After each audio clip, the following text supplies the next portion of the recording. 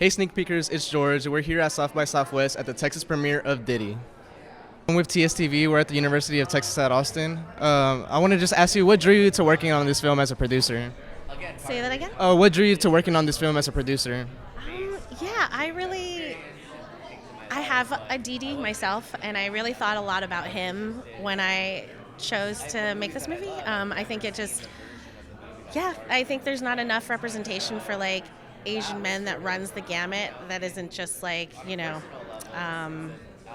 like a nerd who's like excellent at everything. Trying to battle the model minority myth, and I think this really just paints a wider picture of like different kinds of Asians. We're with TSTV at the University of Texas. I just wanted to jump right into it and talk about working with Isaac specifically. I know you've mentioned that the film is not entirely based on your life, it's semi-autobiographical. What was the process navigating Isaac through the process? Were there ever moments where you're like, let's stick to this is kind of how it happened, or were there moments where you had to let go and let the story unfold for itself?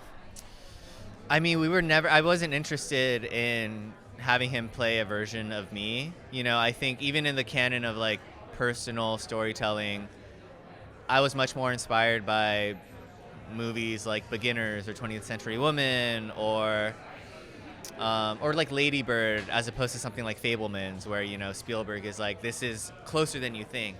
I think for me it was the character is serving. It's not me. It was, what are the themes of the story, and how are the characters helping to make that story more potent and more poignant. And so with Isaac, I think the beautiful part was, from talking about the character, I could always pull from things that were true and autobiographical and personal, but ultimately letting him process it in his own way.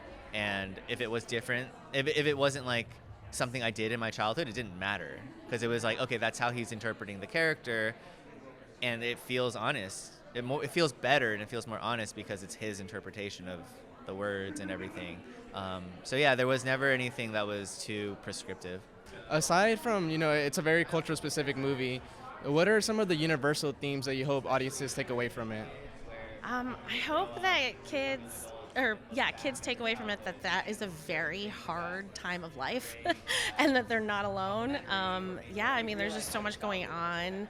And I also think that like its cultural specificity is universal. Like everyone comes from like a family that they think is different or weird, but really when you get into the wider world, like all families are kind of like that. Obviously, in the film, immigrant motherhood is kind of a significant topic. What do you feel like this film will add to the discourse of that topic, especially in a country like the U.S.? It's a big question. I think what I wanted to try and do with this movie also was try and show a different side of what the media often portrays immigrant mothers as, especially East Asian mothers. I think that they're still often stereotyped and portrayed as these sort of stoic tiger moms that only care about academic excellence over anything. And I think my immigrant mom definitely, but so many of the immigrant moms that I grew up with, my friends' moms, were playful and creative and full of empathy and funny and joyful, which is a version of that sort of mother that I hadn't really seen in the media. And I kind of wanted to create a character that was inspired more like those moms who were still caring and still loving, but in a different way. Yeah, it's beautiful. Kind of touching upon that, is the burden of representation, obviously you talk about, pulling from experiences of people from your past. Is it something that ever wanes on you? Is it something that you heavily consider, or is it just something that comes up naturally? It's just something that comes up naturally. I think anytime I've tried, I think once you start making anything once like representation is the reason you make something, I really do think you've lost. Like it has to be the story first. You have to put the characters in the story first. I think the most powerful forms of representation in my life personally as an Asian American kid were filmmakers like Daniels and Hiro Murai, who I discovered in like 2012, 2013 on Vimeo, and they weren't making things that were directly based on any sort of representation. They were just making things that were like cool and honest to them. And seeing Asian American directors make work that was so that I loved just the fact that they were doing it was so powerful to me. So it was like very simple in that way. Thank you for that. Obviously, we're student filmmakers here at University of Texas. Are there any tips or pieces of advice that you would have for aspiring young filmmakers? You have the advice.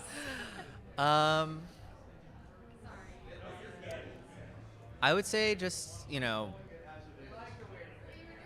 make, I don't know. I mean, I think one thing I learned just in the past year, it was a good reminder that heart doesn't cost anything. Sometimes the most meaningful projects that are the most special, that resonate with the most people, come from closest to home. Like, you don't always have to look at the splashiest headlines or the things that you can tell that will resonate with the most people often are like the things that you don't need the most resources to make special. They come from your friends and your family and the things that you have the most intimate access to. We just made a film that was nominated for an Oscar, and we shot it for like no money, and it stars my two grandmothers. And so, it's not a splashy project, but it resonated with a lot of people, and I think it's because we kept it very close to home, and that's what we tried to do with this movie too. Yeah. Is there anything that you feel like you learned from working on this project that you didn't know before? Yeah, I think this was one of my first major films, and I think just like the collaborative spirit of filmmaking is alive and well, and I love to see it.